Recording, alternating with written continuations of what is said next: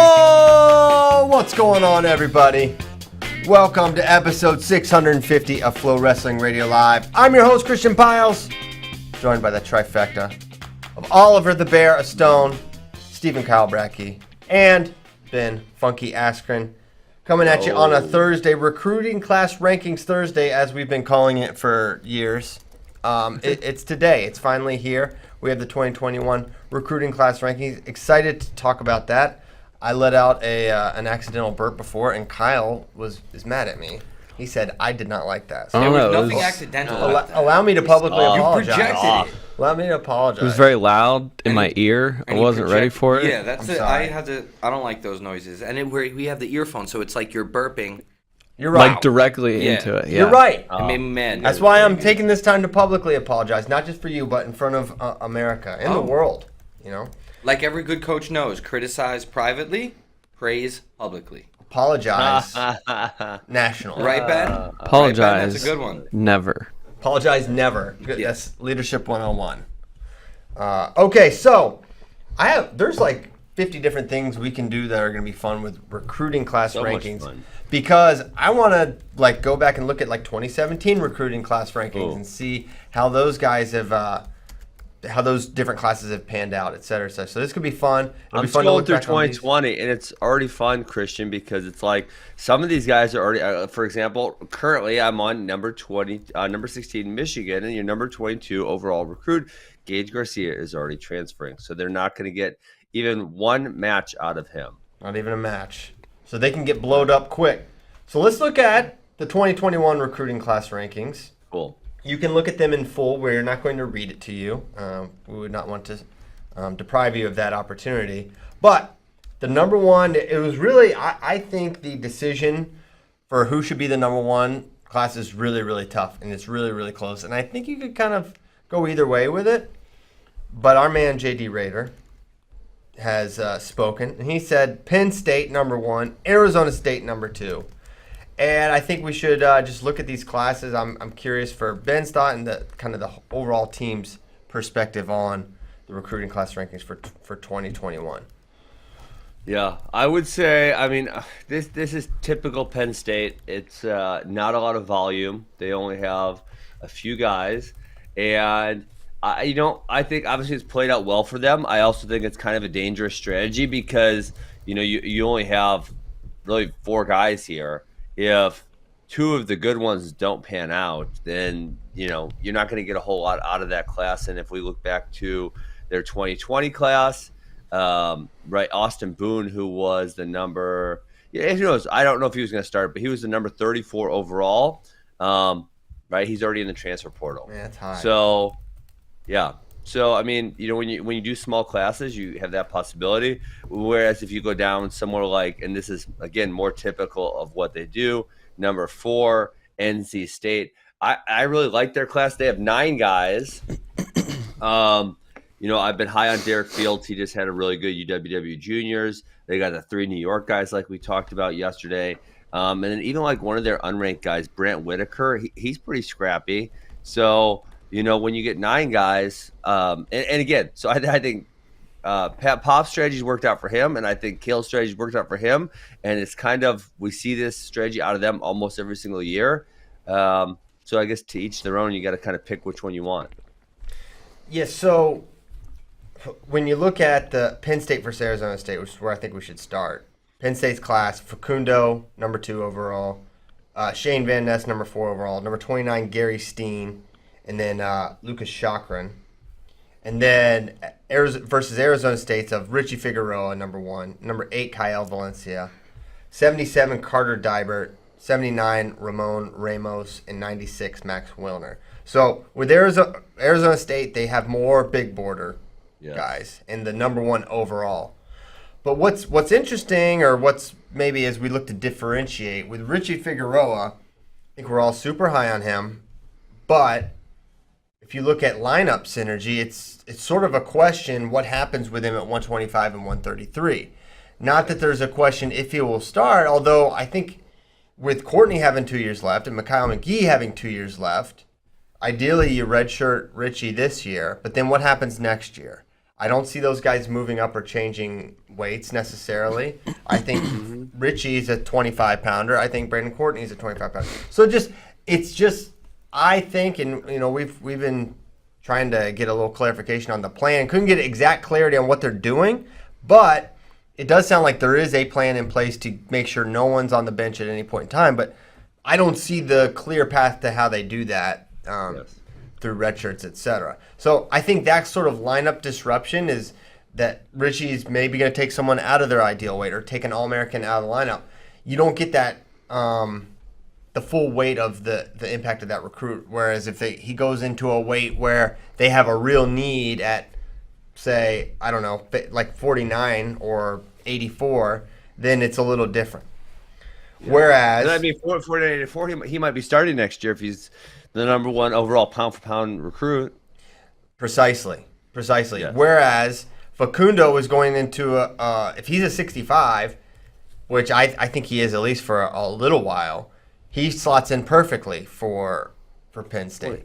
Yeah, I think he is permanently. He hasn't really grown in quite a while. I mean, I want to say he was a 145-pound freshman. So I thought he was a 52 even. And you really you could be right, but I think you're close. right. We're both close. Yes. Yeah. He was right in there somewhere. And maybe I'm thinking of his 8th grade year when he was a cadet. Maybe that's what I'm thinking of. But either way, he's in there really, really close. Hasn't grown too much. Kind of maybe wrestled 170 a couple times this year, but he's a 160-pounder. He'll be a 65. I think really his whole career, and now especially with the Max Dean, Aaron Brooks situation, no one's moving up there. Yeah, he was a one because you're gonna have. Sorry, you're gonna have Starocki, Brooks, Dean, and Beard all occupying those 74 through 97 weight classes. Nobody's moving up. It seems unlikely that would happen. Facundo Brecky. 52-pounder as a freshman. You know who he beat in the state finals? Who? Cam Amin. Ooh, wow. That's a good win right there. Two beasts. Amin was a junior at the time. Man, that's really legit. Yeah. Imagine being a freshman and you'd be like, yeah, I'll go Cam Amin's weight and beat him as a freshman. Didn't he win Fargo and then maybe it was Fargo as an 8th grader, so it would have been the year previous to that. I think he won as a 145. Okay. I do believe you. So, all right, so Facundo, we see the path for him to start. It's perfect. 65 makes a ton of sense. Whether he goes right away or red shirts and then goes is, he still fits there, right? They're going to have, don't have a long-term 65 solution that's going to meet Penn State's needs, right? Yeah. Similarly, Shane Van Ness. I disagree on this one. As what, his projected weight, or that he's correct projected weight? I think he's a 49 personally. Okay, cool. I mean, you guys got 57 on here also, and then with Nick Lee and Beau Bartlett, it's going to be a year or two until he starts. Think of someone like, and this maybe not be the best example because we just watched Shane Van Ness wrestle at like 138, but Chenzo was like a 49, 57 type of recruit when he came out. I forget which year. He couldn't stop eating though, right? Because didn't he miss weight like 3 times in a row? No. That was your joke. You guys had a running joke. That's an exaggeration. Well, he missed weight at the Scuffle. It was one time, yeah. It was one time. How much weight though? It was a lot. He was not close. Okay. But I'm pretty sure he won 45 as a senior at PA State. Is that the weight he beat Kimmer at? Sounds about right. Bracky's looking up. So, but then he grew, and I'm not saying Shane Van Ness is going to grow like Vincenzo or not, but just saying there are many examples of guys that kind of shoot up in that first or second year. But I think he's a 49. I think he fits perfectly at 149 into Penn State's lineup. I think Beau Bartlett kind of showed he's a 41 with certainly he could grow. But I think the plan would probably be for Beau to redshirt next year and then be the 41 the year after that, with Shane redshirting this year and being the 49 after that, or going 49 right away. Who knows? Either way, those two guys fit perfectly. And I think I always, when I think about recruiting class rankings, you kind of know who the point scorers are, and you got to do it based on what's proven. And the high-end guys are the ones you can most reliably count on. Yes. So that's why I think Penn State at number 1 is the right call, just because I think the starting synergy with Facundo and Van Ness versus Kyle and Figueroa just makes more sense, even though I don't think Kyle's going to have any issues starting. So, yeah, that's why I think. And then you've got someone like Gary Steen, who he could go right away next year if Howard redshirts. Now, that it is I know it's maybe out there that he's for sure redshirting. It is not a for sure thing. That decision has not been made, and that's a fact. So we'll see what happens with 125 for Penn State. Steen's going to provide some depth there. I don't think he is an instant impact kind of guy for 125. I think he's going to take a little time to be like an All-American contender, which is a very reasonable expectation for someone as good as Gary and with his credentials. But he's not going to come in right away and have an instant impact. I don't believe, although he could be a NCAA qualifier type of guy. Yeah. Vincenzo Joseph, 152-pounder as a senior. Check out this bracket. He beat Josh Maruka in the finals, Caleb Young in the semis, but also in the bracket was Mikey Labriola, Ethan Smith, and Nino Bonacorsi. Damn! It's a good Oh bracket. my gosh! Yeah. That bracket's lit. And the other thing with Chenzo that they probably quickly realized was they had Zane at 49 and they had Jason Nolf at 157. So he might as well just stuff his face and get all the way up to 165, right? Yeah, exactly. Okay, so that's further thoughts on the recruiting class rankings here. No, I think I agree with those. I obviously said like number 4 NC State. I like them, and you got to look at what they're bringing in. Iowa's got a solid class, but doesn't Iowa have? I guess my pushback against Iowa's class. Everyone thinks I hate Iowa, of course. Don't they have a couple other 125s in the stable after Spencer? So obviously Spencer's one more year.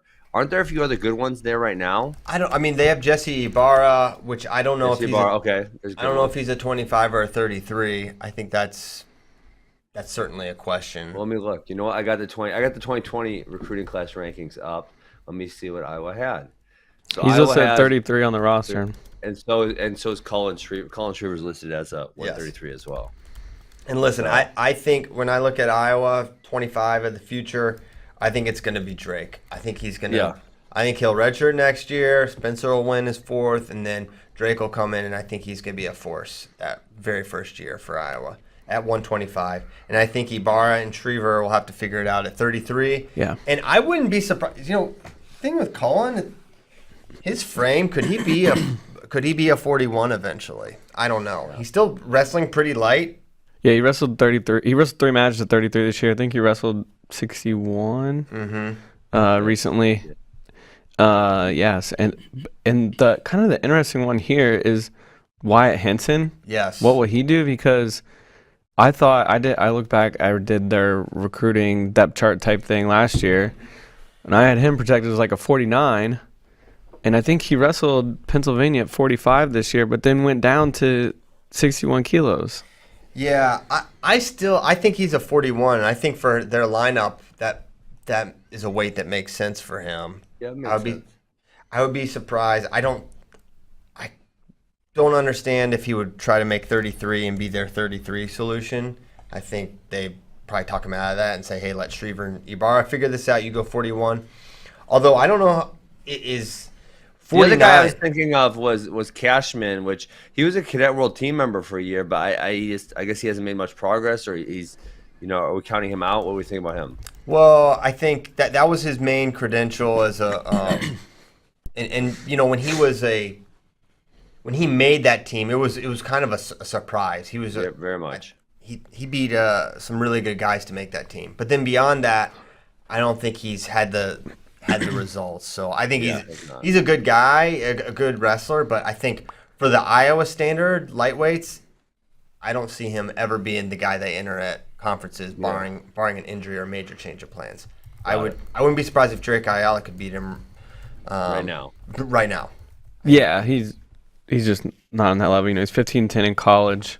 Most of them are against non-D1 guys, but like the times he's wrestled non-D1 guys, lost Pat Glory, got pinned by Liam Cronin, lost to Bo Bayless, got teched by Schroeder last year. Just not on that level yet. Yeah. Got it. So yeah, they have depth as always down there, but I think the dust is settling a little bit, and you're kind of seeing the landscape, and it looks like Drake, and then 33 will be crowded, which is nothing new for Iowa, and then 41. My thought is, what's Iowa's long-term plan at 49? Is it Ratchie? Is that really how you say his name, Ratchie? Yeah. Ratchie. I see an N there. They're just ignoring some letters. That's just Okay. I He's really pretty thought Yeah. he's been on fire. he's been, bracky trained. Two of these guys are bracky trained. A lot of people my don't God. realize what. He was in the corner. Not in their corner. He's a training. He's a huge training partner for these That guys. is He funny. came in. He put on a gut wrench clinic. Yeah, they were like 13 pounders then. Maybe doesn't matter. Drake was small. Drake was, Oh, Drake was those were the small. kids that you were nonstop gutting when you were wrestling with them. Bracky was like grabbing his own shoulders. Yeah. They were- Drake was really small. yeah. I'll tell you what, you get tired wrestling him though. He gassed you from You bottom. get tired wrestling a 100-pounder, Bracky? Listen, Ben, I don't wrestle anymore, and then Fellers was just Well, like, he's hey, only 100 pounds. he was he over was 100 more than pounds. 100 pounds. He's Yeah. probably 120 or so at that point. He was like, get out there. And then so I don't wrestle at all. And then I'm doing a full like C-Bowl practice with Drake Ayala. Yeah. I got tired. It's still tiring. You're a D1 wrestler.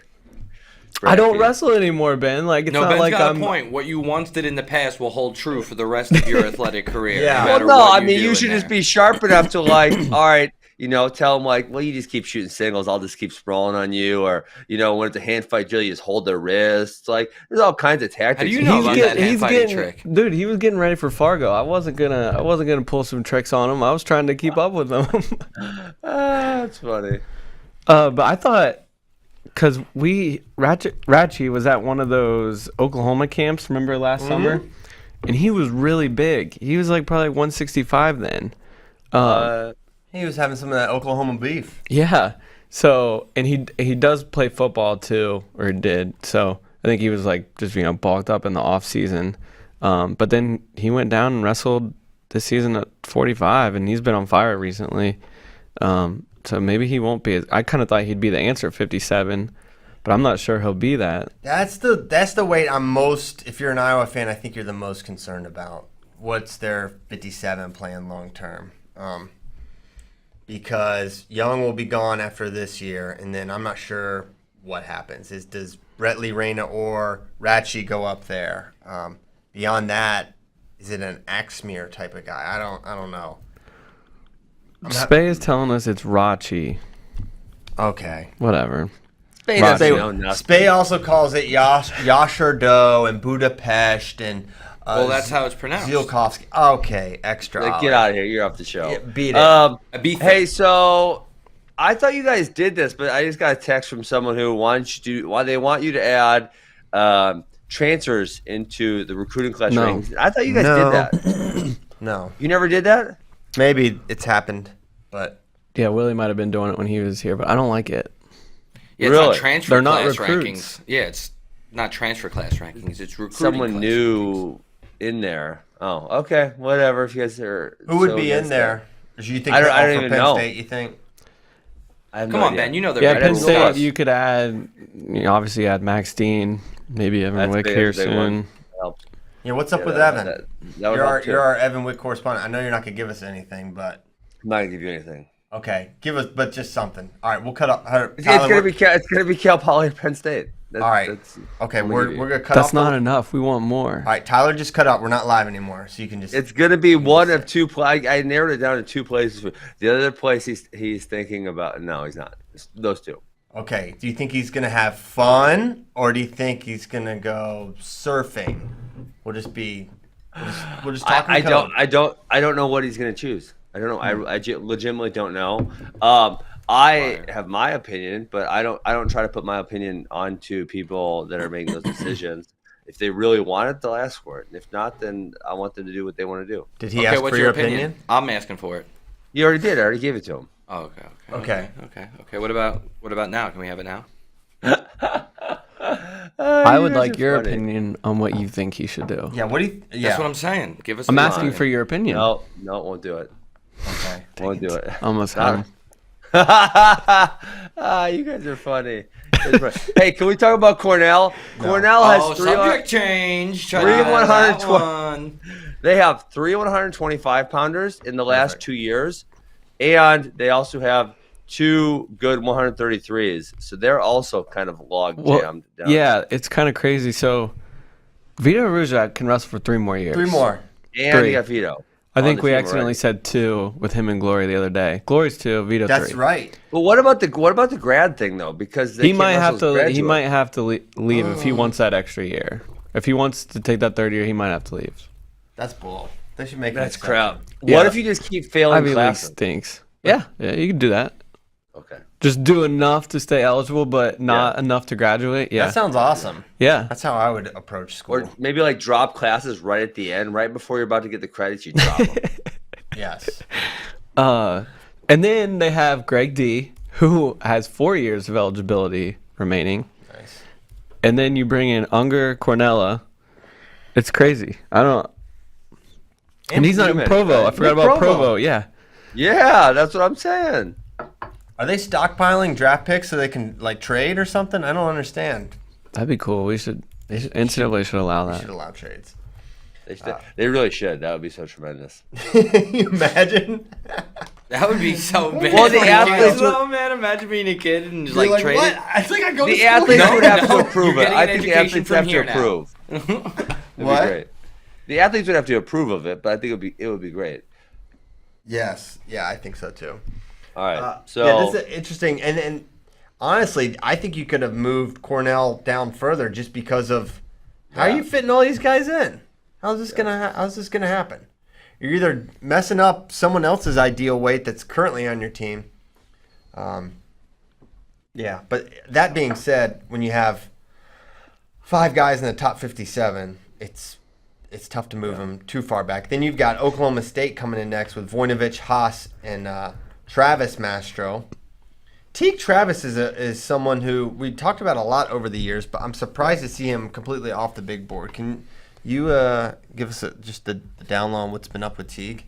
Just taking losses. I don't know. Okay. Hasn't been the same guy as the guy that was a top 50 big boarder. I'm high on Voinovich. I think he could like possibly start right away at 49. I kind of think he should. Yeah, I'm right there with you. Outside of that, I don't love this class. Okay. I agree. We love the Cowboys. So Haas is interesting because what I think you have is an excellent athlete. There's a lot to work with there. But I think as a wrestling product, he's unrefined at this point.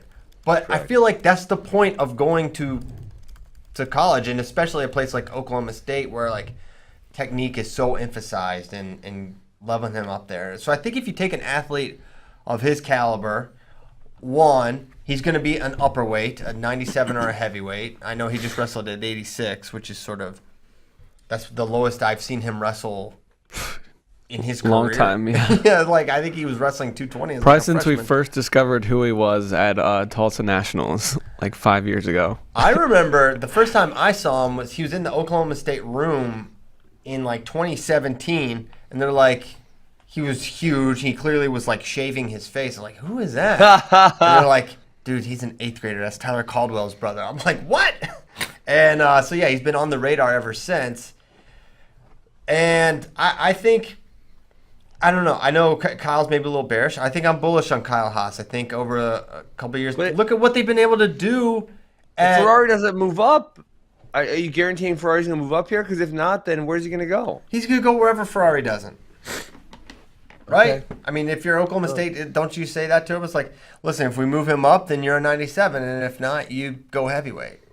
My other contention with, and I don't know Kyle Haas at all. So this is outside looking in, but you guys made some point like he's a project or his technique's not all that lovable or something to that effect. Well, if he was in an Oklahoma State room as an 8th grader and his brother's Tyler Caldwell, what's the holdup? You should have access to plenty of good coaching and plenty of good advice. So, where's the development been, and why would it change? I mean, think about Valid someone like question. I don't think it actually is. One, Why not? he lives in Kansas. He wasn't training full time there. Yeah, he has access to a lot of, he had access to his brother is his brother, and he's been in Stillwater. But like, who had more access than Chris Perry throughout his career? And even still, he was round of 12 as a freshman. Like these guys are. He had to develop. It wasn't a technical. I don't think it was a technical issue with Chris Perry. Like Chris Perry was very technically good when he came into Oklahoma State. From what I mean, this is close to my era, so I remember that very vividly. I just think he wasn't disciplined. I mean, from what I remember, because I remember one of our red shirts beat him, and he just wasn't super disciplined, and he was doing dumb things. I think he was trying to wrestle too heavy. He was all the way up at what was it, 86 kg at the time, something like that. Yeah, he definitely wrestled up, but you could make that argument for a lot of people that have access to wherever they have. I don't know. I kind of throw that out. I mean, Chris Perry had access to all. Chris Perry's probably not even a good example for this because he was good right away. He was making junior world teams, etc. But the point is, people aren't who they are. I mean, who was Preston Weigel coming out? He was very, very under the radar. Listen, I'm not saying kids can't get better. That's not what I'm saying at all. I think that's like the whole crux of my philosophy is kids can get better if they want to. My contention, as you guys said, from a technical standpoint, he's going to make significant improvements when he gets to Oklahoma State, and that's the holdup. But then you also at the same time said, well, his brother's Tyler Caldwell, and he was in the Oklahoma State room as an 8th grader. Okay. Listen, I'm making observations. That's all I'm doing. Okay. Observational Ben.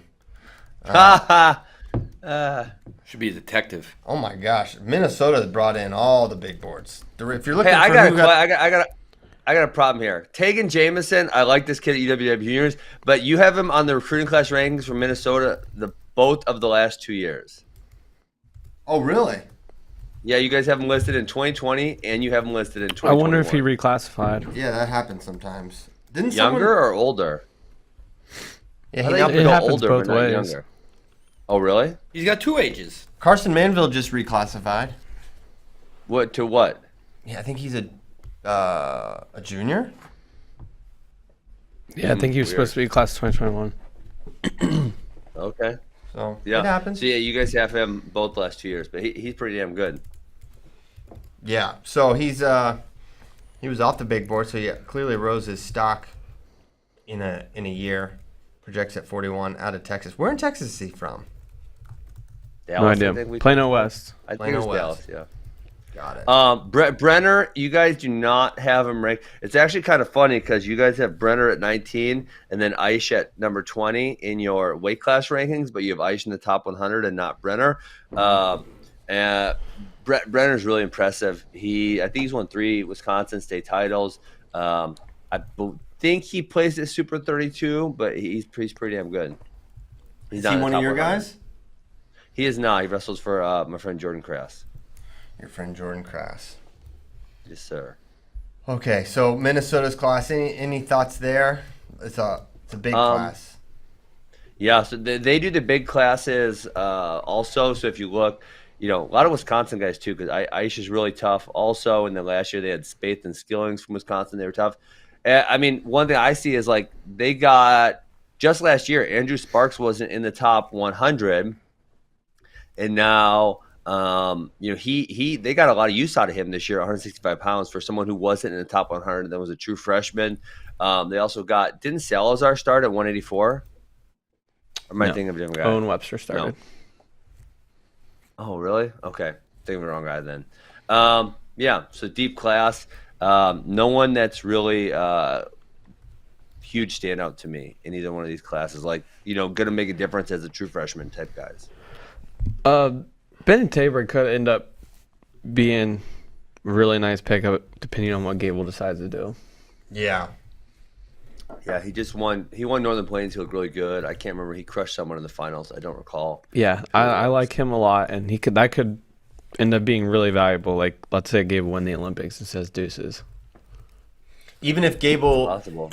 And another thing that's discussed with Gable is he finishes his degree next year, so he wins the Olympics, wins Worlds, then wins NCAAs in front of a crowd, graduates, then dips. That allows Bennett to redshirt and then come in, and it worked out great for Gopher Nation. So you could see it playing out that way. So, like, comparing Minnesota and Nebraska is what makes recruiting class rankings really, really tough. Because with Minnesota, they pick up 6 ranked guys, 5 on the big board, but none higher than or lower than 23. And they have a 53, 70, 91, 99. Meanwhile, Nebraska, 2 guys in the top 13, number 11, Lenny Pinto, number 13, Jagger Condomiti. Like both of these guys a lot. I feel like they're great fits. What? But did you guys read what you wrote in the thing afterwards? That neither one of them will be going to school next year? Yeah, they're going to OTC, OPTC, and the Elite Accelerator Program with Coach Jackson, which I think is that's a great spot for him. I'm not sure what is the why those two decide that. I don't know if that's a roster decision for Nebraska. Is that a way for them? Could be a money thing. Yeah, because wow, we're gonna have Taylor Vins and we're gonna have Labriola extra years, so this would help us, figure out. And then next year they could come in and wrestle right away, or the year after, I'm saying, and then or they could also redshirt. So it gives Nebraska some flexibility there. They're gonna develop. They're gonna learn a lot. I've heard a lot of good things about the EAP. So that's a good spot for them. I like them a lot. I like both those guys. Yeah. And it's just looking a little bit lower. I actually think, Northwestern's got a tiny roster cap, and that affects their recruiting classes. I really like Carter Young and Joel Vanderveer. Now, obviously, the room for error here, again, like we discussed with small classes, is not big because they have so few of people. But watching Carter Young last week, I really like him. Vanderveer, he's super tough and folk style, good leg rider. Yeah. It'll be interesting to see how they can pan those guys out. Yes. So, and you look at, I think Vanderveer's fantastic. I think he's going to be really, really good. Yes. I think he has a lot of the things that are tough to coach. I love his offense. He's only going to get better at Northwestern. He's going to have really good partners around his weight, too. I don't know how long. We don't know Deacon's plan, how long he's going to be there, but him and Yaya Thomas, that's going to be a good group. I texted Storny when we were on the podcast, and, I consider him to be a good friend, and he did not respond. They are very silent on Ryan Deacon. Wow. Maybe if I give him to come play some disc golf, then he will want to give me the answer. That's probably a good strategy to do that. Maybe send a couple AWA kids his way, too, maybe. That'll help. We are. The one kid that I was talking about yesterday that wanted to go to Stanford is going to Northwestern. Okay, there you go. Wow. Yeah, that's one. And you can't even get a scoop that you wouldn't even tell on radio. We wouldn't even talk about it. We would never bring it up. Okay. And hey, seriously, it's almost June. It's almost June, Christian. How do we not know if he's coming back or not? Yeah, it doesn't have to be a government secret. Seriously. They're not nuclear codes. We just want to know if a wrestler's going to wrestle. You could at least tell us, like, hey, we're thinking about it, but I'm waiting to see if I get a job, or, who knows what else you could decide. Or no decision has been made. That's an answer. Hey, so let me ask you one more question. This Spencer Moore guy, number 19, North Carolina, is this the guy that just made the Cadet World team? And if so, how is he so young? Did he reclassify and skip a grade or something? He reclassified. I don't know how exactly it works, but I remember when we got to cadets and I was like looking at the brackets, I was like, wait a minute, he is definitely like. I remember North Carolina announced him as a signee. I was like, how is he wrestling here? And How's that possible? And then I saw Tony Ramos tweet that he reclassified. So he went forward. So wow, interesting. I'm not sure why he made the decision, but good for him. So that is not classified information, unlike Ryan Deacon's future. Correct. Okay. Where else do we go? Shout out Maryland. Shout out Maryland. They're bringing in a squad. 2020 is fun just to take a look back at, real fast. And I love you guys have all these old ones on here. Because, we got to kind of see everyone wrestle. So a class like number 8, and go back to NC State. They got starting spots out of Trumbull and Ed Scott right away in the first year, and both of them were. I mean, neither one of them All-American, but they both had pretty damn good years for true freshmen. Yeah. Trumbull beat the NCAA finalist. Yeah. He also didn't start at ACCs. Maybe didn't start. He lost a final X participant. That's correct. Yeah. Very good. But I mean, he It was. was either David Taylor or Nick Green and beat him out. I mean, for it the was starting a spot. he was a true freshman, and as we said, he still got 4 years to compete because last year it didn't count. It was all made up. He's really got 5. Yeah. I mean, not 4 to compete, but he could Yeah, redshirt. Yeah. And Yeah. Ryan Jack, he was in the battle to start at 33 with Trombley, and lost out. So they're going to be all right. They got solid utility out of that. I think if you're re-ranking this, I think Iowa probably slides down a few, wouldn't you say? So let's look at Iowa's class. Kennedy, Where's Ibarra, Iowa? Christensen, Brettley, Reyna, Colin Schriever. That does, compared to Missouri, Keegan, Rocky, balled Edmond, out. Hawks, yes, I think you would have to move. Even though Kennedy we haven't got to see yet, it feels like Kennedy alone is not enough to hold off Missouri. Right. I mean, And if it feels Kennedy like has... you got to discount Ibarra or Schriever because one of them's not going to start. Right. Mm-hmm. You know, the way you guys do it. Yes. So I think Missouri should be number 2. I still, and honestly, just retrospectively, you could make an argument they could be the number 1, right? Because look at. Go ahead. It depends on how Plot's going to turn out. Is he going to have this elbow surgery and then be, great like we Shoulder. thought he was going to be in high school? Shoulder, some type of arm injury. Obviously, Jason Burks is already in the transfer portal. He's gone. Mastro is started and looks pretty good this year. And the Ferrari was national champ. If Plot is able to wrestle healthy the next 4 years, then I think that's enough for them to maintain a spot. But I mean, this is a guy who missed I think he missed an entire season with an ACL, right? In high school. I don't remember what the injury was. He didn't wrestle his senior year, though. So he had an injury then. He's injured now. Sometimes guys are just snake bit with injuries. I mean, Cade Brock, it just happens. Some guys just don't get healthy. Yes. Brady Berge. There's really good wrestlers that the bodies just can't hold up for whatever reason. And like all those guys, if they were healthy, who knows what their careers would look like. And I don't want to start playing I'm not trying to end Dustin Plott's career, but is no doubt a question. Stop digging the grave, Piles. I'm not digging the grave, but I'm looking at, I mean, you brought it up. You brought it up that, who knows what's going to happen with his body and how he's going to respond to that. So, it's Tiger style moving up the recruiting class rankings here retrospectively. Yeah. And then, for number 4, Penn State, Beau Bartlett didn't have a great year. Robbie Howard was okay. And then Boone's already transferring, and it's kind of looking like Matt Lee might never start. So, their class, unless Howard or Bartlett turn around, and obviously Bartlett get a starting spot, is kind of looking like maybe it should slide down a little bit too. Okay, you're digging 2 graves, and I need you to put all the dirt back. I mean, Beau Bartlett had a fine year. He didn't qualify for NCAAs. Listen, Really? We're saying a number 1 pound for pound type of guy not qualifying for NCAAs is a fine year. That's what we're saying. That's what I'm saying. I thought he did fine. I mean, Why? What Ben said about him, there was nothing wrong with what Ben said about him. There was nothing wrong. He's wrestling. Get him, Bracky. He was outside. Keegan bumped up a weight and took 3rd of the country in the middle of the season. Well, I'm not saying he's as good as Keegan O'Toole. Well, I'm saying a guy as good as Beau Bartlett, and I don't know what he's going to become. I think he could become very, very good. But the year he had, where he bumped up a weight class, yes, that is a disadvantage to him. But he didn't qualify for NCAAs, Christian. And if you're a number 1 pound for pound guy coming out of high school, that qualifying for NCAAs should be in the cards.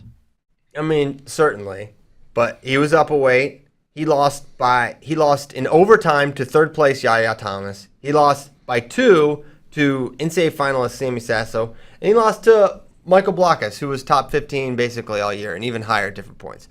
So he lost to good guys as a true freshman up a weight.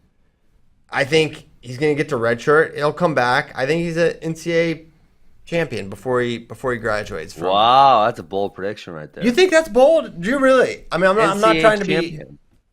I'm not saying he'll be an NCAA champion as a freshman. I'm saying he will leave Before Penn he's State. done. Yeah. Yeah, I think that's kind of bold because it just you could say he'd be a high placer or something, but there's going to be a lot of other really good wrestlers vying for that spot, obviously. So yeah, I think that's kind of bold. Okay. Well, he's not on 141 or 149 on WrestleStat. I'm looking for him so I could cite his matches this year, but just Google guys' names. Yeah, don't Just search say WrestleStat. Beau Bartlett WrestleStat. That's all. That's the WrestleStat hack. Like if you're not already on WrestleStat, just do that and then oh, you'll get, in the search bar. Got yeah, it. and the page will come up really quick. Yes. So Got it. his wins are not particularly notable. He beat Colin Valdivieso, Cole Matten. Yeah, those are probably his two best wins. He lost to two really good guys and one good guy. Yeah. I don't know. I'm not. No, we're not. Here's what I'll say. Say it. If he wasn't the starter, but that was his redshirt season, I think we'd say, all right, that's pretty good for a true freshman.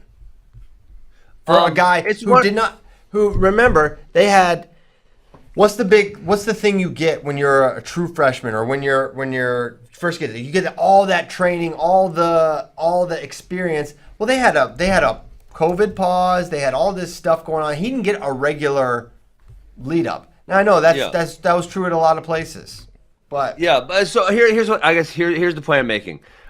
There are a lot of, and we got to see it this year kind of more than ever because there was no red shirts. But when you're, we'll say top 10-ish pound for pound guy, but obviously the further up that ladder you go, the better. You are very likely going to challenge for like an All-American spot as a freshman. It's kind of how I feel about it. Obviously, or you could go the other way where your skill level is kind of plateauing. But we saw that out of obviously AJ Ferrari, Braxton Amos, a very highly ranked guy, was someone we didn't see him in the NCAA season, but we saw him do very well outside of it. I mean, Keegan O'Toole, Rocky Elam. So these other guys who are very highly ranked are challenging for All-American spots. well, so Braxton gets. I mean, I'm very high on Braxton Amos, but he gets the benefit of having no NCAA data. So he gets the benefit of the doubt. Beau Bartlett He did well. He did everywhere else. I mean, he did great at everywhere else. I don't disagree. Yeah. What are his best freestyle wins? What freestyle guys did he beat that you're like, okay? Dang it. Bracky, help me out here. No. West Virginia boy. No, I mean, well, I'm curious. Okay, Well, so it's like, I don't killed get- everyone. listen, He killed everyone at Junior World Trials, which I don't think there was anyone that great in his bracket. I wish don't Ferrari either. would have showed up. That would have been tremendous. Of course. Did he beat anyone at C? Let's see. What senior level tournaments did he wrestle in? He wrestled Well, at last chance. he beat Timmy Dudley. There's an NCAA high NCAA guy, right? Yes. And one of NCAA the finals. wrestle things. That's a good finals. win.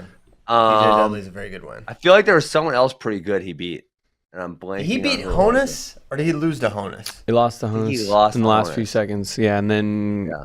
I mean, Honus is a guy that's like, he's very good. And also it's freestyle, so it's Yeah. tough to say. It But is. Honus won a U.S. Open. yeah, Did he not? Mhm. Yeah. Yeah. So here's all I'm saying. I am not saying Beau Bartlett can't be great in the future. I actually think that's probably more likely than not that he's going to have a lot of success. But what I am saying is when I'm looking at like the top 10 pound for pound guys coming out in the future or in the past, I'm thinking, hey, these guys can go do some damage at the NCAA tournament right now. Like they're ready. If you're in the top 10, you're kind of that good in my mind. all right, we'll look at the top 10. Hold on. One more point. Okay, sorry. Or obviously some guys move in the opposite direction where they've been pushed to a certain level or they just don't want to wrestle anymore, and then they start a different trajectory, right? But I don't think it's very frequently where you see someone who's that good who comes to the NCAA level and is okay for 3 years, then all of a sudden they get really good. Maybe it happens a couple times, but I think it's one trajectory or the other more often than not. Okay, let me ask you a question. Thoughts on Yeah. Patrick Kennedy? I mean, I was impressed in his one match against what's his name, Labriola. He was pretty solid in that match. I would have liked to see him more. I would have liked to see him at the junior. I'm sure he was young enough for junior, so I don't know why he wasn't there. Yeah, so that's why. What do you got on him? Well, I just think his big thing was he was close to a good wrestler, and so people are like, "Oh, I'm excited about him." Whereas Beau Bartlett was really close to good wrestlers, and it seems like you're kind of stocked down on him. Well, I'm not saying, but I'm also not saying like, hey, if Patrick Kennedy would have say, oh my gosh, who's their starter? Kemmerer got hurt. If Kemmerer got hurt and Kennedy would have been the starter, and he would have lost. Listen, and 74 was as good as it gets in the Big Ten. Yeah, and he would have lost. Well, like for example, he lost to Jared Kradiger at what juniors last year, and Jared didn't qualify. Jared, I think Jared's very good, but he didn't qualify for NCAAs. Mm-hmm. Yeah, that loss is not looking very great for Patrick Kennedy. Okay. So, I think you think Ben and I are just like completely selling our Beau Bartlett stock. I am not. I think our Show point. me your stock. I think our point is that you're saying this guy's going to win an NCAA title before he's done. And I think he went 0-2 at Big Tens. And I know he wrestled really good dudes, but at the Big Ten tournament, everyone's very good. I'm acutely aware. Great point. I think one, we've seen look at the turnarounds you see Big Tens and NCAAs, and if he had it's obvious they messed up the Beau Bartlett usage this year. He should have been at 49 all year long. He was never going to be the starter at 41. If he had been getting matches all year long, he probably would have gotten at large. But they screwed around. They had him wrestling at 41 a bunch, and he didn't get a bid when he didn't qualify at a really tough weight, which every weight's good at Big Ten, so that goes without saying. So I don't know. I'm just using my imagination maybe a little too much. You know who a great person? Mason Paris missed NCAA as a true freshman, didn't he? No, he was there, but he did not do He was a great. blood round. Yeah. Okay. Well, that's pretty good then. Yeah, he lost to Stoll and Stencil. He had a good tournament. Why don't you guys make a bet about it? Yeah. We're totally going to remember in like 4 or 5 years when Beau does or doesn't win NCAAs. Well, you make it worth something. Like loser gets the other ones, or loser has to give up their car. All right. We'll just say loser has to give up all their crypto to the other, so it's even. Oh, you get all of mine, or I get all of yours. I like it. I'm gonna have the most to lose, so I'm not in it. Doge will explode by that point. So, Whoa. I mean, Mason Paris' true freshman year, he beat Amir Desi. Let's talk about these losses, though. Don't gloss over. Conan That's Jennings. lost it. What? That's what you want to talk Jennings about? could not, man's No, name is Jensen? could not beat Conan Jennings. He was 0 for Conan the Barbarian. Who? Well, listen, we love Conan, but he lost to Colin Jensen. He wasn't. Anthony Cassar roasted him for that one, dude. Yeah, he couldn't be at Cassar. NCAAs, he lost to Sam Stoll, then beat Fine. Corey Gillen, Daniel, Matt Voss, Thomas Haynes, and lost Write to him off. two-time All-American Write him Matt off. Stencil. Write him off. No one's writing him off. We're Fake just, year. But these things are not the Fake same. year. He was mismanaged at the wrong weight. They should have him at 49 all year long. He'd have Man, qualified. I don't And know who if there's knows what anyone happened. that Piles loves more than Beau Bartlett. What is I the think deal? Beau I've been- no, I think Christian Beau loves Bartlett freaking has Beau Bartlett. passed. He's passed. What's his name? Joey Silva. Joey Silva. Yes. Yeah. Never. Yes. Never. Yes. 1, never. Yeah. 2, maybe. Yeah. 3, I'm only doing this to counterbalance your irrational I'm writing not off. irrational. All Ben I'm said, not literally, irrational. This all started because all Ben said was he didn't have a great year. That was literally Yeah. all he said. And Who you didn't freaked qualify for out. NCAAs? Christian? Christian's sensitive. I didn't say he sensitive did- CP. Yeah. I think he wrestled I really would well. say a starter for Penn State not qualifying for NCAAs is Yeah, not a I great mean, season. I was kind of on your side, Yeah. but now they're switching me. That's because, literally all yeah, it that's all was. he said. Vincent and Ollie. Fine, I'll be by myself. You're just emboldening me. Well, wait a minute. CP, calm down. Ben, calm down. Racky's doing a great job of staying calm Yes, and moderator. He is- facilitating. he No, is- don't. he's You're ramping getting me up. upset that he doesn't agree with you, Christian. Look at this objectively here, okay? All Ben said was he didn't have a great year. Now, Disagree. That was wait, it. just wait. If I told great you year. this guy didn't qualify for NCAAs, did Yes. he have a great year? What would you say? No, don't ask names. Don't ask who he lost to. None of that. That's if an I over- said no, if I said Answer the question, Piles. that's it. Answer it. No, I'm not testifying. Put your hand on a Bible. I'm just asking you a question here with friends. I think you he had a know? great year. I can't answer if he had a great year. Oh, I think he was stop. I think they mismanaged him. Wait a minute. Answer Christian my has question. a plan. If I come to you and I say, blank wrestler did not qualify for NCAAs, would you say is it a great year? What would your answer be? would you Braxton answer? Amos didn't qualify for NCAAs either. Christian, stop. A All wrestler right, that so is we're good. I've had enough. I got my point. You Yeah. know, Hey, Mr. Dig his heels in the ground here. You know. Man, I'm going to we say, need to I move went on. back to 2018 now. We're going to move on. 2018, Mizzou Tigers. They had 7 guys in the top 100. 4 of them now. Man, you guys had some of these guys too low. You guys had Brock Muller all the way down at number 73. Man. He's damn good. So Muller, Elam, Jake Hughes, and Mako, I think, are probably likely going to be 4-year starters for them. Kent at number 89 is also in the lineup now. Good class. Move them up. Got it. All right, we moved him up. Move them up. They're up. To the east side. They're number 1. Getting a piece of that pie in the sky. NC State also doing a good job with their class. They had Hidley, Camacho, and Trombley all getting some significant starting time. And then in the unranks, Deontay Wilson got some starting time too. New York. Yeah, it's fun looking through these. Whereas Nebraska, number 5, they're kind of struggling. Brock Hardy was not a full-time starter. Peyton Robb has been. Alex Thompson been in and out. I don't even know Austin Emerson. Never heard of him. Or Jake Silverstein. Don't know him either. Okay.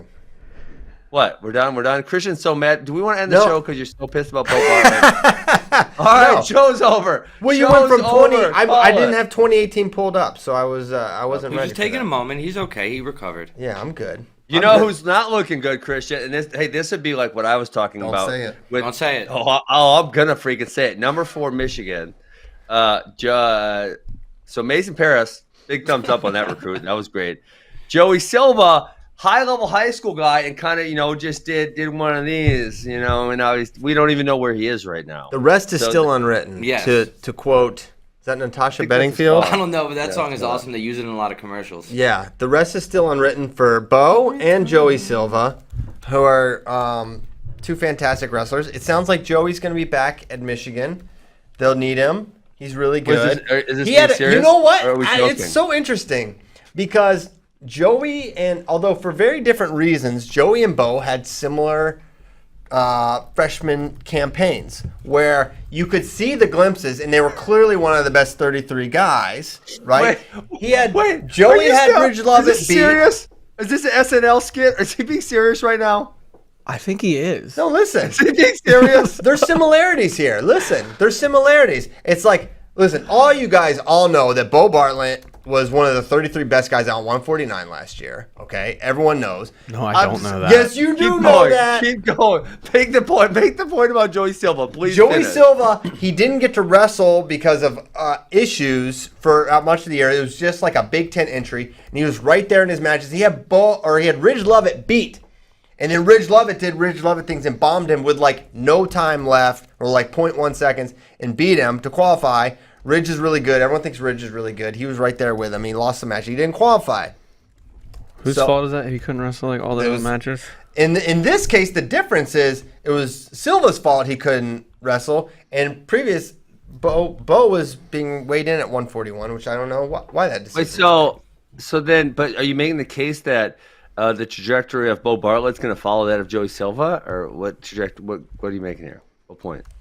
Nothing. I think there's Just that some they're similar. I'm just saying there's similarities to how their Big Ten tournaments materialize, and if they were in a different conference, things I think would have been a little. Were you different. serious? Were you serious about Joey Silva being back in Michigan? Yes, You're He's serious back and about ready that? to go.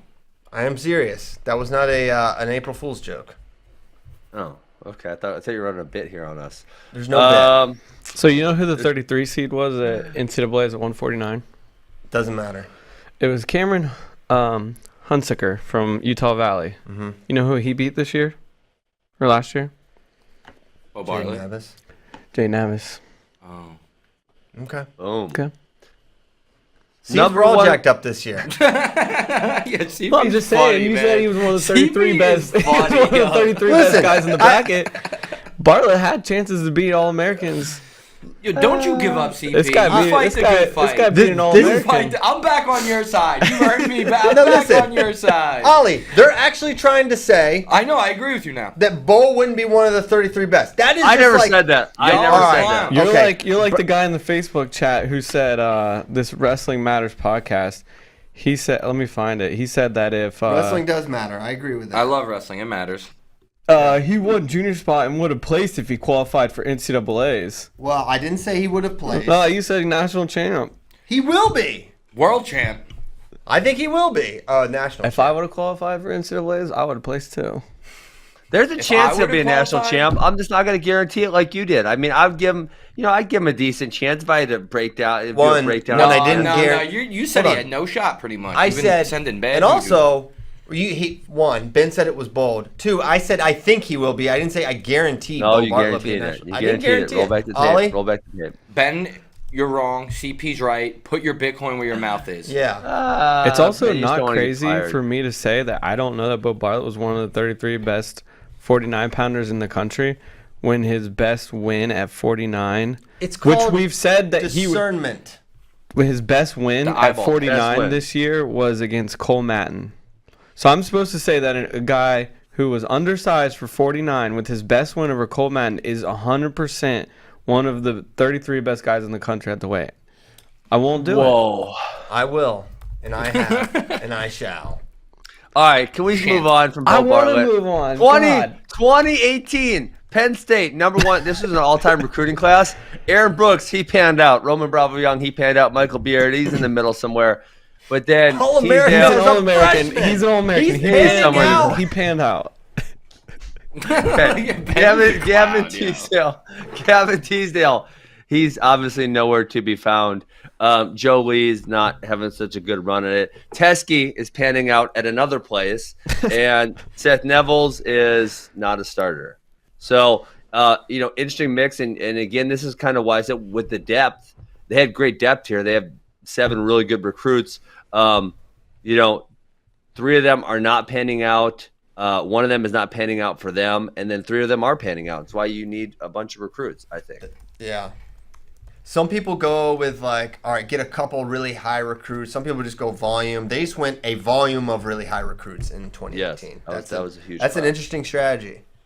But yeah, not all panning out, but man, they Yeah, and then Ohio State had a great class too. And you know what? I thought Jade Maddox was going to be very good, and he's not really panning out at all. Quinn Kinner, 15, obviously he's gone. And then, Rocky Jordan and Malik are kind of, I don't know, somewhere in the middle. I think it'd be a fair assessment. that would be a fair assessment. How about Minnesota? Gable, Brayton, Pat McKee. They're all Seriously. doing, yeah. That class could move up a little bit, especially with very good class. Especially if Gable sticks around.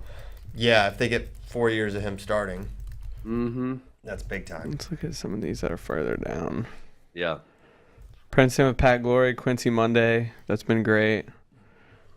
Iowa was 9th with Cassiope and Brands being the 2 big ones. Cassiopei's been fantastic. Stanford at number 10 with Shane Griffith and Real Woods. Yeah, that's a good one. Fantastic.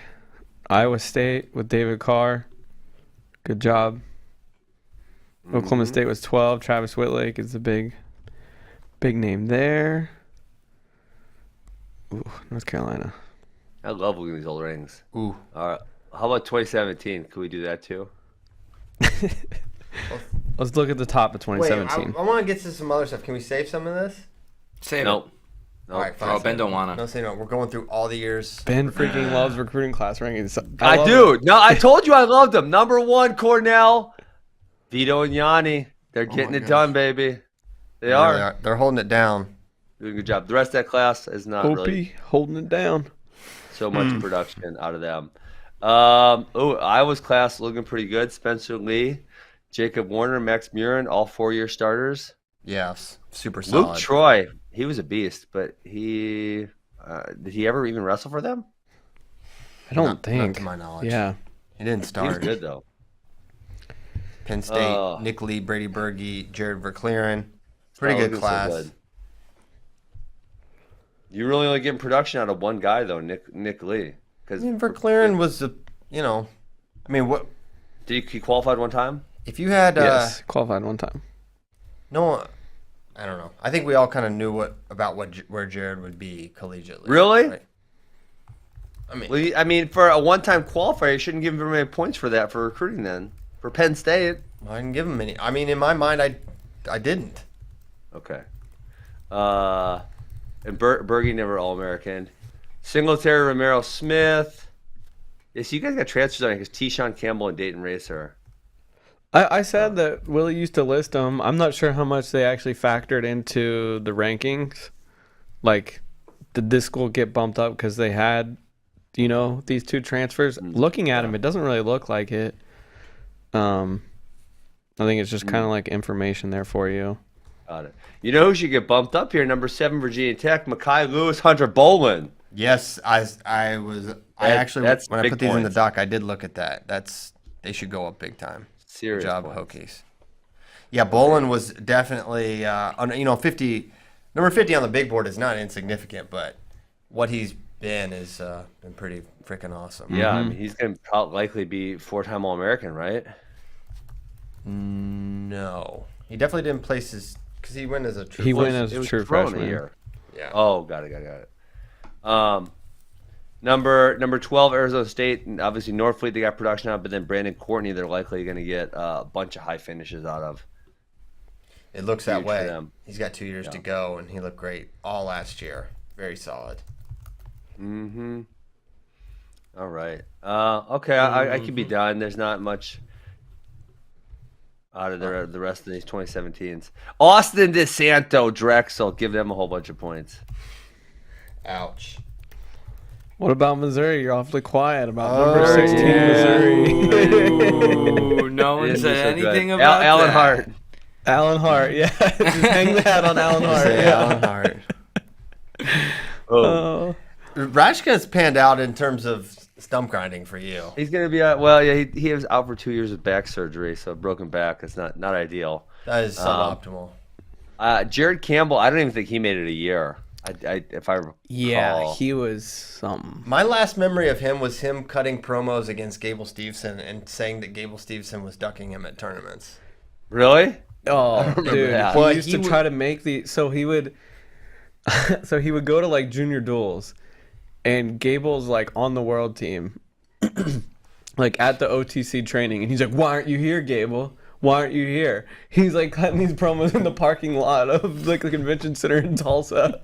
That's so awesome. I love like, it. why aren't you here? And then he did another one at Fargo when like Gable was like on his way to Junior Worlds, and then he didn't even win Fargo. He was at Missouri for like a week, and then I think he ended up not long. At Notre Dame College. Yes. Yeah. Okay. I don't think he lasted very long at all. Well, that's that. Man, it's 2017. This whole 2017 class just doesn't seem like. It seems like there's only a handful of good guys as I look through it, because 2017. I want to say that they're getting towards the end of their career. Man, it doesn't feel like anyone got tons of production out of here. Like Iowa State number 14, Gomez, Coleman, Leisure, and not much out of that. Purdue, Phileas, Lyon, Falbo at 13. None of those guys had great careers. Yeah. Princeton at 17, he got a lot of out of Brucky, and Stefanik still got like 2 years left. Yeah. Indeed. Okay. Indeed. We have quite a few questions that I think could actually take us to the end, but we also have so Chuck Barbie was on the Bader Show with Kyle Klingman yesterday, and they talked about rules. Chuck Barbie's on the NCAA rules committee.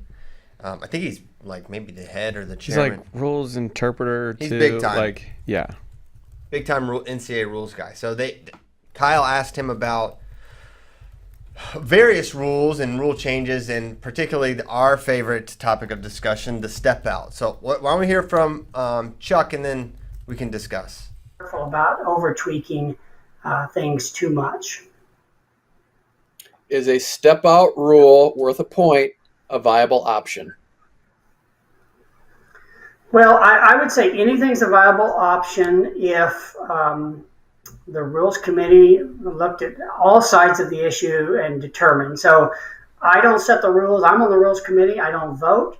And so I can give you my perspective as a wrestling fan here.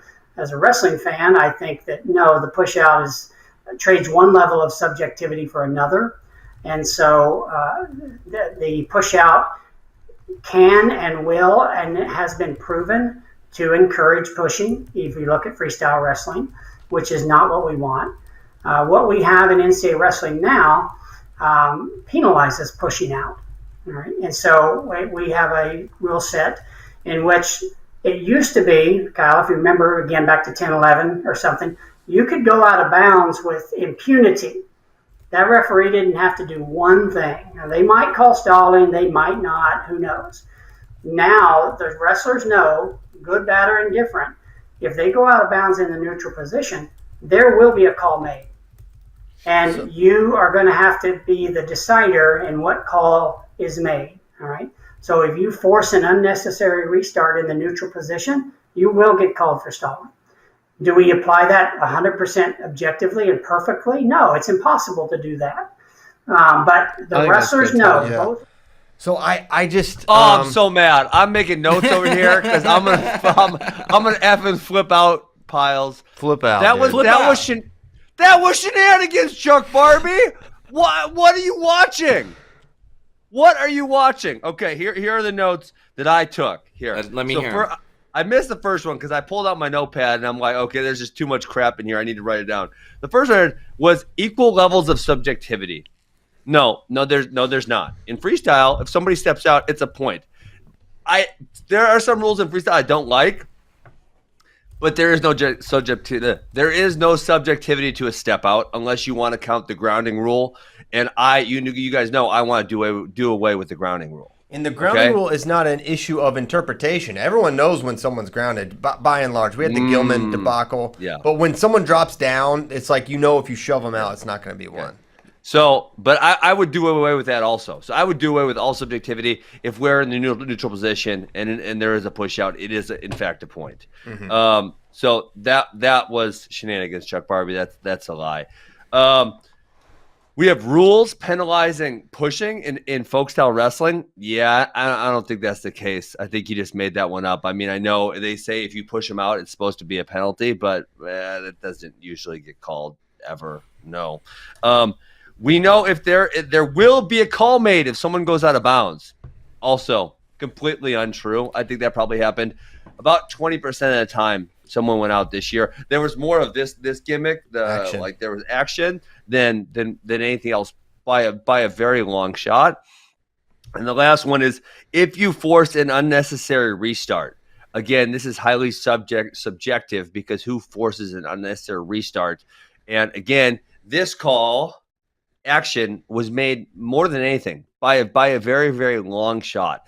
So if you're going to push reasoning as to why we shouldn't have a push out, and if you guys remember, I have been anti-push out for a very long time, but I'm also anti this bullshit they got in NCAA collegiate wrestling. It's ridiculous. It's so annoying.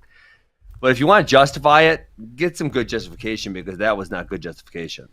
Yeah, I think it ignores a couple of the main things, which is one, wrestlers, coaches, and fans have no idea what is going to be when they go on the edge. That is just a fact. We've got the best coaches in America saying it's a joke right now. I don't know how they're going to call it because the application is so inconsistent. Yes. Two, he does make it sound like no matter what, when someone goes out, there is a call. Which he could technically say that's true, but if you call action, that's just like saying that's a no call. It's like saying that is a no call. That's just calling it out of bounds and going back to center. Yeah. And also, it's not necessarily action, and also something that is called action on another mat or even in the same match will be called stalling later on. So I just disagree that it is anything but subjective and totally inconsistently called. And every year is a master it just further demonstrates how inconsistently it is called. There has been no improvement from its implementation day one, season one, to right now. And I think it's kind of, and I appreciate him coming on and giving his perspective, but I think you can understand it if these are the decision makers. Christian, tell me how the freestyle push-out rule, barring the grounding rule, which we hate, how is it how could that even be defined as subjective? It's not, and it's not. And right? Just look at how matches are at the highest levels. Look at the World Championships. Look at the Olympics. It's not turned into some subjective thing. Everyone knows what's going to get a point for a step out in freestyle wrestling, and it's not. It's so rarely that a hand fight just drives someone out of bounds. I mean, that is such a rarity at the level because the guys can circle. They're so good at pivoting on the edge, and Jordan because Burroughs, it matters because it's points, and they got really good in that position. I mean, the level of guys edge wrestling over the past 10 years has gotten so freaking good. Amazing. Watching some of these guys on the edge, it's amazing. It's like, holy crap. I could have never predicted that this is where it was going to end up because these guys are crazy good. And we would see that it would help us so much, folk style, freestyle to transition if they started working on the pivoting. But now there's no need to pivot. You could just back out of bounds. They're not going to stop it. They're not going to say anything about it. The frustrating part for me there with what Chuck was saying, and it's not just Chuck, it's everyone who's against the push out, is him saying that in freestyle it's proven that it just turns into a pushing contest. Not true. And that just tells me you don't watch freestyle. Like, that doesn't happen. The best wrestlers in the world aren't great because they're good at pushing people out of bounds. I mean, it doesn't even happen at Fargo. You don't even see it at the high school level. You don't see it at the junior world level. You don't see it at the senior level. It does not turn it into pushing. I mean, you could say, no, it just doesn't. It's just a fact. Yes.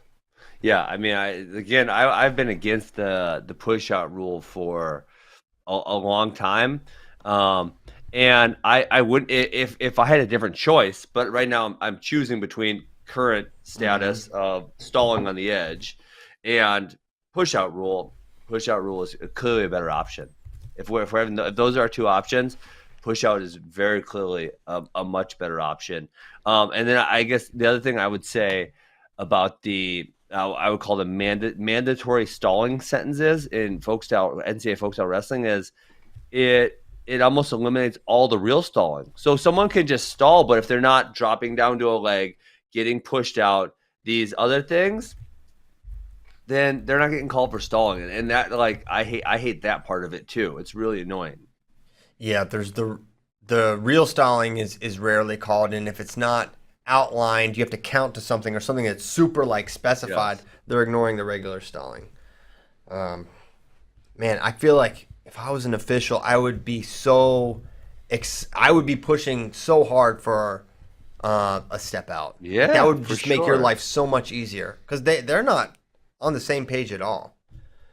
So I don't know. It does. And that in a sense would make the need to call stalling a lot less, because if a guy's getting pushed out because they're backing up, they're getting penalized for it. You don't need to call stalling because they're already getting points. The other guy's getting points. They're getting rewarded for that. So it also takes that out of the picture. Whereas now the ref knows. Here's what I think happens in lots of cases. The ref knows the guy backing out should be getting called for stalling, but because it's happening so frequently, they'll end the match, right? If they called every time the guy went out of bounds, the match would be over because it's a DQ after three stallings. The fourth one, I think, is a DQ. Mm-hmm. And the referees don't want to have that much input into the match. They don't want to call stalling, so they kind of slow play it. They know, oh shit, I got 7 minutes. This guy's already been pushed out 3 times in the first minute. Like, this is going to be over, right? And then sometimes in like a Colton Schultz case, I think he DQ'd someone, and I think maybe Cassiope did also. DeSanto used to DQ guys. Yeah, it's very rare, and it's because the other guy goes out of bounds like 47 freaking times. Go ahead. You know what needs to happen? We need to get the Austin DeSantos and those the savage wrestlers to become refs. and infiltrate the officiating ranks. Well, but hold on. What's funny, Christian, is if you watch Austin DeSanto wrestle freestyle, all of a sudden it's flipped because I don't think he pushed anyone out 10 times. Right? We watched him wrestle freestyle at, what was it, U23s or something? Like, he actually didn't get that many push-outs. People were able to stay on the mat because they knew if they didn't, they would get a point against them. Yeah. Yeah. That's a good point as well. So, it's not easy to explain the NCAA rules, and I'm glad Chuck was able to come on and discuss. I just can't agree. It's strongly. His perspective. Yeah. Okay. Let's go to questions from friends, because there's some good ones here I want to get to that we didn't get to yesterday. The first one being from Daniel Wrestler. Wow, this guy is really kind of a suck-up. Ollie is the best. Whoa. How was the decision made to add Ollie to the show? It seems like he just showed up one day and quickly became an FRL legend. Well, That's how it happened. That's what happened. I mean, basically, the way it happened was I asked him and he said yes. And I asked him because he's just hilarious in the office. I was like, he should just be on FRL and sit back and make jokes and crack wise. And he has done just that. This is just what he's like. And actually, he's even funnier out there when he gets some more opportunities. But And I'm not censored. and he's not censored. But I will say, yeah, I think it was more of a... I don't think it's a censorship issue. No. You guys should You're not like a spike his vulgar Topo person. Chico and see what happens. He Chugging? doesn't need performance enhancers. No. But I will say, I think the main thing was I started coming in a lot earlier. Yeah. And I was always here before you guys would come in. And then you were like, hey, why don't you come in? And then it worked. And we struck gold. What do you mean you were here before we come in? No, I meant like here before you would come into the studio. So like I would see yeah. you guys out in the office. I would just sit down and do Gotcha. my work. And you were like, hey, come on in. Gotcha. So that's pretty much how. Yeah, that's pretty much how. Ollie's just a really funny guy. And you know it's funny because I didn't know Ollie was funny for a really long time. He played it. Yes, this dude played it so straight. Every time he interviewed, he's just like a normal. I mean, he's a great interview. And he was, when we were talking, when he freelanced for us, he was super like professional and like but like never a joke or even an inclination that he was a hilarious person. Jeez. And then he got here full time. I still didn't know he was funny. And then it took a little while. And then I was like, wait, this guy is like one of the funniest people I know. You know what happened, Ben? Is CP just ignored me and didn't let me knew talk you were that gonna first trip. So he would just like, I would be gearing up for a joke, and he'd be like, shh, new guy, shh, and then cut me off, and then not let me speak. And I was like, wait, I had something really funny to say. Never mind, I'll say it next time. So, and then he started letting me speak once I like earned my spot here, and I was here for a while. So, shout out to CP for letting me speak. I can't. All right, now I'm regretting asking that question. That's a total lie. One thing Total Ollie lie. does do, though, Total lie. as he did this morning when he got here, he will totally straight up lie. He will just lie. I call it acting or performing, because Yeah. I mean everybody knows it's a lie. Yeah. But he And will then- say it in a way that you're like, wait, does he think he's telling the truth? Like he doesn't even lead on that he's. And sometimes people will believe me, and I feel bad, so I admit it, and then I don't let them keep thinking it. So, Yes. it's performing. All right, so I'm about to blow everyone's minds here real quick. Uh-oh. I have a theory because we have, and it's probably our fault, but we have asked many questions from someone who goes by @actualcannibal. So this is a person that actually eats humans. Okay, that's concerning, but they ask valid questions. How can we possibly ignore them? But I'm a little worried that we now know the identity of the actual cannibal. If you scroll to the bottom of the doc, on May 19th, Actual Cannibal asked, if you were forced to have a fight to death with one famous man from history of your choosing, who would you choose? ? Oh no, he forgot to switch. Wait, no, I've seen this happen before too with the real Avery Lynch. The real Avery Lynch. The real Avery Lynch asked is the exact question. So I think the real Avery Lynch may be the real actual cannibal. But the thing is, I don't know if I'm mistaken here, but I feel like when in my lookings through some of the questions sometimes, I've seen Avery Lynch come up as somebody else, then Avery Lynch and actual cannibal. So we could be doing with a multiple burner here. Wow. Could you, Tyler, could you screenshot those two, the actual camera? They're at the very bottom of the dock. I think people need to see the visual evidence of a pause. But the thing is, I actually really like the question. Busted. So I want to answer the question. So who are you going to fight to the death, Christian? Because listen, you got to kind of pick someone easy. Because if you pick someone hard, you're going to die. You're going to die. Yeah, I don't want to die. Well, I think the choice is easy, and I want to go first so that I can take it. I want to fight Adolf Hitler to the death. I don't want to kill him. Oh, this dude is. First of all, late in the game, he was on uppers and downers. He was physically a mess. I could destroy Adolf Hitler. And that's kind of like, man, of the short list of people that should have been man. That's a number one. It's like, so you're fighting him in a time machine in like what year? 1927 or something? I guess I got to get him early. Huh? You got to get him early. I got to get him early. He's going to be younger and less on better drugs. Fighter. Yeah. I'm not worried about it. Okay, just letting you know. I know the I'm risks. going second. I want him in 1928 because if Christian doesn't get the job done, I sure as shit will. Dang it. Yeah, what's the oldest version? To take the Gable question, what's the oldest version of Hitler? Listen, I think at any point in time in my prime, I could have taken out Adolf Hitler. Not to brag, but I think I could have. I choose Derek Jeter. Oh my gosh, you're gonna fight Jeter to death? You want Jeter dead? I hate Jeter. He might whoop you. I'll take the chance to die. Are you gonna hand fight him? I'm gonna hand fight him till he doesn't know what's hit him, and then I'm gonna triangle choke him. Okay. Wow. Whoa. From the mount. So far, Ollie's got the. I'm anxious for Kyle's. Kyle, who's? Well, Hitler was the one I thought of last night. Yeah. But I guess that was super obvious. I didn't want to go with one of those. It's a little cliche. I'm gonna go Hitler, Mao. I'm gonna go Hitler, Stalin, and then Mao. I'll Mao them all down, and then we can save 100 million people. Did you mean to go mow them all down and just said Mao? I said Mao. Damn it! Big stool, Mao cat. Yeah. Good. It's good. Yeah. I'm not even gonna say it. Also, wait. Who are you gonna say? You know who we could use? He's a little tall, but it would have helped us out. Bin Laden. Oh yeah. Get it, Bracky. You take him out. He's like 6'. He's like 6'6". I'd get his legs so easy. Yeah. He's 6'6". He's like 6'5", 6'6". He's huge. That just means I can get to his legs easy. Yeah, but you better hope he doesn't have a far ankle.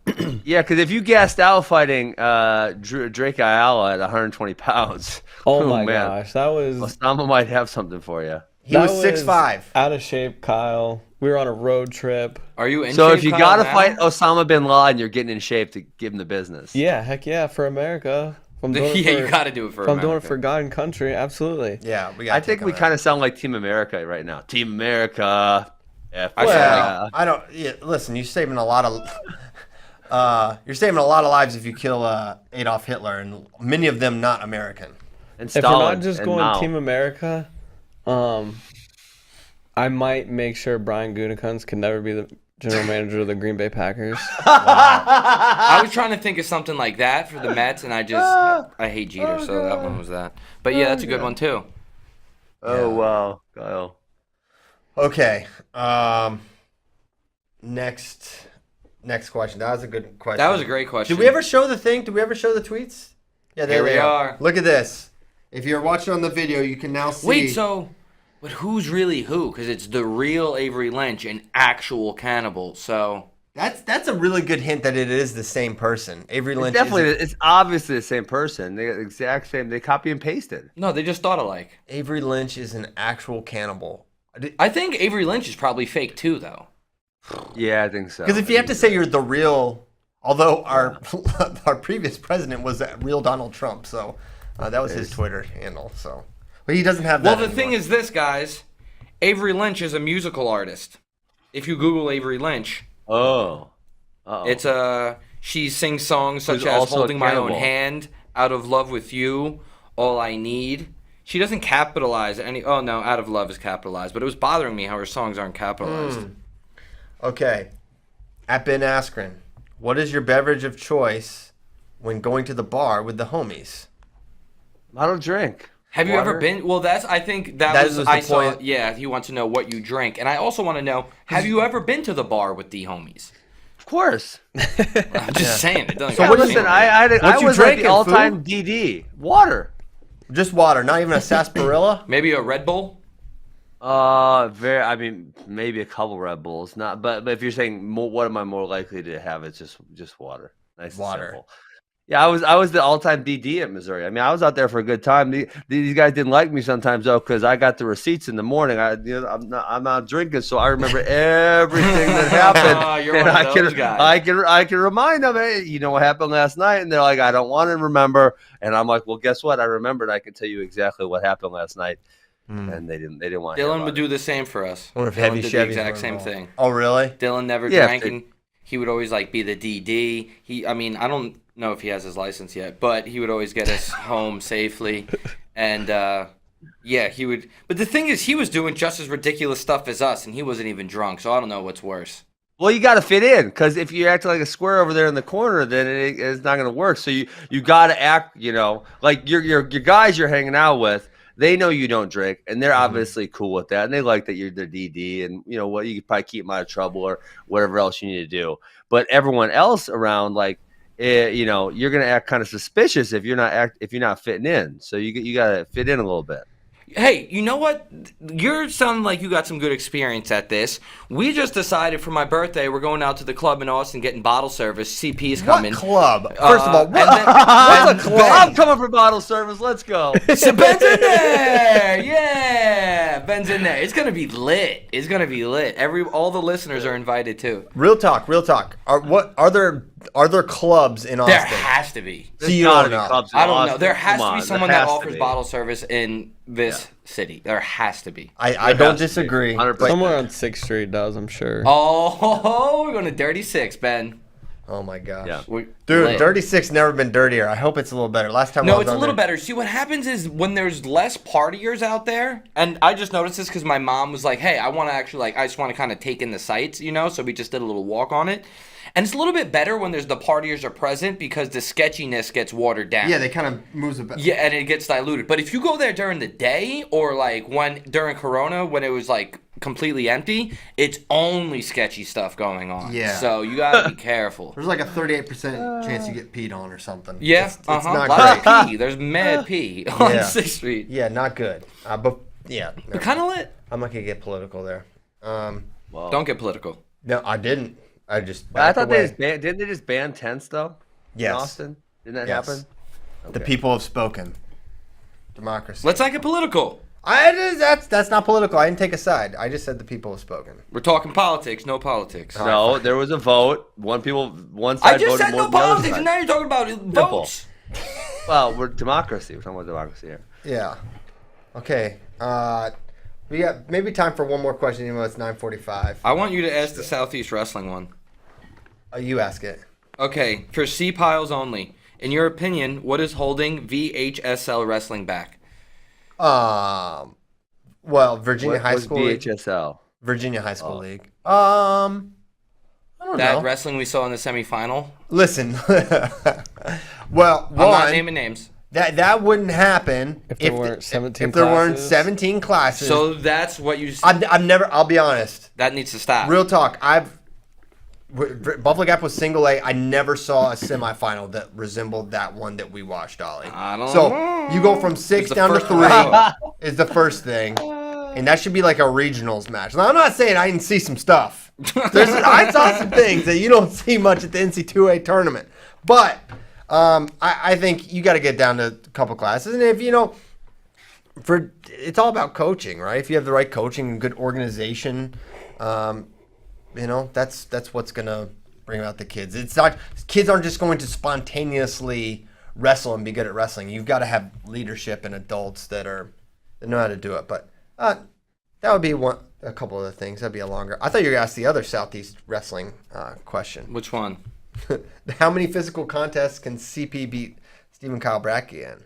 Oh, I don't want to know the answer. You guys get contentious. I don't like that. It's not that contentious. We had a foot race that was pretty close in 2017 at Big 12s. I think that was other than wrestling each other one time. I think that's almost the extent. Oh, I guess We played ping pong and spike ball. Fun fact about me: I am 0-63 in foot races. What? Never You're won not a foot race. fast? Not even close to fast. What about like there were other heavies on the team? You couldn't beat them. Hunter College, we went for a team run in Central Park, and I got lost and separated from them and was running around Central Park very slowly for like hours looking for them. And then just kind of gave up, and I went back to the school, and I checked, like you have to like check in with the front desk no matter who you're kind of going in, so they would have saw the wrestling team going in. So I was like, did the wrestling team come back? And they're like, oh, no, not yet. And I'm like, dang it. Went back out and tried to find him, and then finally I found him. Oh my gosh. It was horrible. And then for the rest of the time, one of the really bad kids on the team was like, "Oh yeah, you know, I'm making sure you're not getting lost again. We're gonna stick together." And I was like, "You just want to take a rest." Yeah. Yeah. It is what it is. You spotted that one. I got lost though. Well, hey, it's 9:48. We thank you guys so much for listening. We'll be back next Tuesday. No doubt about it. Hope you guys have a great weekend. Enjoy this lovely weather. I hope you're having lovely weather wherever you are. We got great stuff coming up from Pan Am Camp. Jordan Burroughs interview, Jordan Oliver interview, among others. Check that out. It's on the site as we speak. Talk to you guys later. I won't talk to you. I'll talk at you. But hopefully you'll enjoy it. Thanks, boys. See ya. Peace.